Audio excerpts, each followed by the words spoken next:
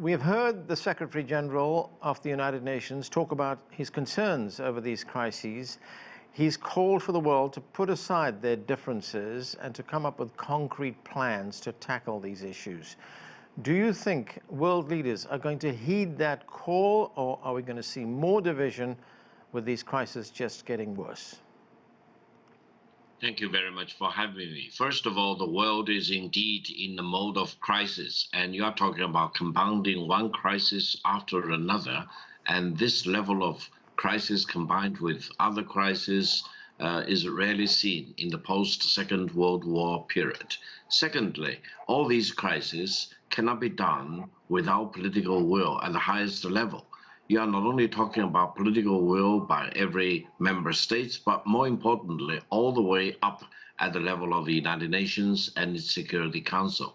However, there is also a high level of paralysis, politically speaking, especially involving the United Nations Security Council, because now of paramount importance, mankind is faced with this war and peace crisis. So this is really tough.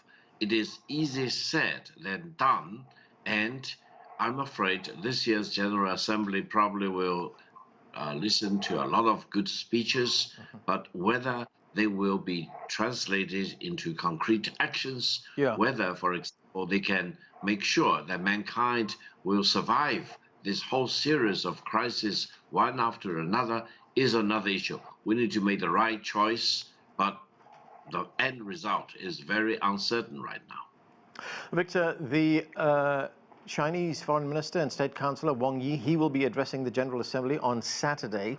What is the message that he will be bringing to the gathering? Well, in this period of one crisis after another, what China brings to the globe is a sense and a commitment for stability and development. And this requires a tremendous amount of judgment, of observation about what exactly is the nature of all these different crises, and also a keen understanding of what will be required to resolve them. So I will not be surprised if State Councillor and Foreign Minister Wang Yi will talk about what China stands for. That is, in times of war and peace, China should stand by the side of peace. In times of crisis after another, for example, China needs to contribute to finding out the root causes of all these problems and crises. So China will be a voice of rationality, sanity, and scientific observation and exploration for real solutions.